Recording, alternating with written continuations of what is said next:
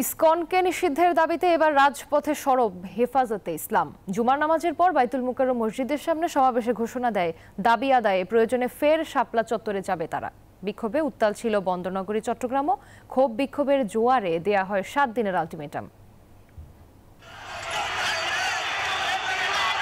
বিতর্কিত কর্মকাণ্ডের অভিযোগে ইসকন নিষিদ্ধ চায় হেফাজতে ইসলাম। এই দাবিতে নানা স্লোগানে শুক্রবার মুখর ছিল বন্দরনগরী চট্টগ্রাম। ইসকনকে নিষিদ্ধ করতে সরকারকে 7 দিনের আলটিমেটাম দেয় কওমি মাদ্রাসার ছাত্র শিক্ষকদের সংগঠনটি। এই ইসকনের অস্তিত্ব বাংলাদেশে থাকতে পারবে না। এটা বাংলাদেশের দুশমন, বাংলাদেশকে ধ্বংস করার ষড়যন্ত্রকারী।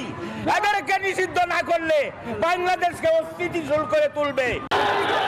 ইসকন নিষিদ্ধের পাশাপাশি আইনজীবী আলিফ হত্যারও বিচারের দাবিতে বিক্ষোভ হয়েছে দেশের আরো কয়েক জেলায়।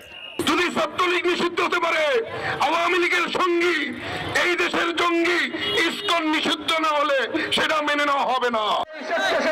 এসব দাবিতে সারা দেশ যখন উত্তাল, তখন রাজধানীর বাইতুল মুকাররম মসজিদের সামনেও ছিল হেফাজতের সমাবেশ। এ সময় নেতারা কেউ দেন হুঁশিয়ারি, কেউ আবার দেন বৃহত্তর আন্দোলনের ঘোষণা।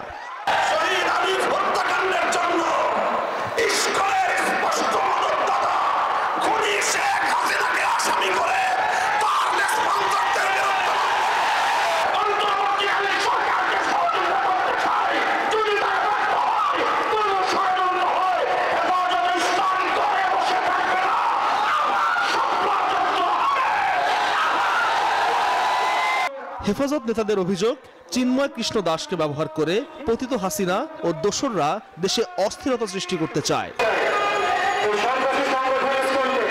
Desk report, news 24।